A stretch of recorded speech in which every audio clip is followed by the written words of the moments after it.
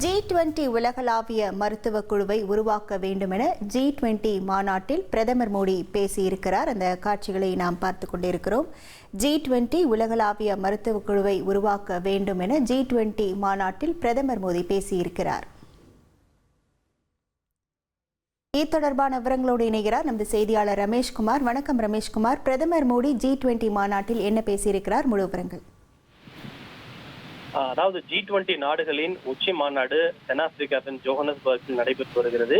இதில் பேசிய பிரதமர் மோடி அவர்கள் ஆபத்தான போதைப் பொருள் பொருளாதாரத்தை பலவீனப்படுத்த வேண்டும் என்ற ஒரு முக்கியமான வேண்டுகோளை விடுத்திருக்கிறார். இந்த மாநாட்டினுடைய தொடக்க அமர்வில் பேசிய பிரதமர் மோடி அவர்கள் போதைப் பொருள் கடத்தலின் சவாலை, குறிப்பாக ஃபென்டானைல் போன்ற மிகவும் ஆபத்தான பொருட்களின் பரவலை சமாளிக்க போதைப் பொருள் பயங்கரவாத இணைப்பை எதிர்கொள்வதற்கு G20 நாடுகள் ஒரு முயற்சியை மேற்கொள்ள வேண்டும் என்கிற பரிந்துரையை இந்தியாவின் சார்பில் அவர் வழங்கியிருக்கிறார். மோசமான போதைப் பொருள் பயங்கரவாத பொருளாதாரத்தை நாம் பலவீனப்படுத்த வேண்டிய நேரம் இது எனவும் குறிப்பிட்டிருக்கிறார். இது தவிர G20 நாடுகள் அடங்கிய சுகாதார பாதுகாப்பு குழு, அதாவது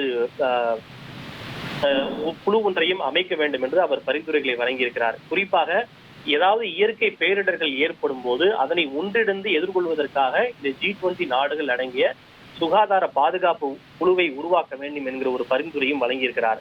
சுகாதார அவசர நிலைகள் மற்றும் இயற்கை பேரழிவுகளை எதிர்கொள்ளும் போது நாம் ஒன்றிணைந்து செயல்படும் போது வலிமையாளர்களாகவும் எந்த ஒரு அவசர நிலை ஏற்பட்டாலும் விரைவாக பயன்படுத்த தயாராக இருக்கும் G20 நாடுகளை சேர்ந்த பயிற்சி பெற்ற மருத்துவ நிபுணர்களின் குழுக்களை உருவாக்குவதே இந்த குழுவினுடைய முக்கியமான நோக்கம் என்கிற பரிந்துரைகளையும் பிரதமர் மோடி வழங்கியிருக்கிறார்.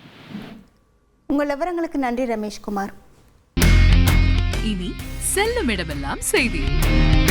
தந்தை டிவியின் வாட்ஸ்அப் சேனலை ஃபாலோ பண்ணினா செல்ல இருக்கும் இடமெல்லாம் செய்தி. இதோ QR கோட் இப்பவே ஸ்கேன் பண்ணுங்க, ஃபாலோ பண்ணுங்க.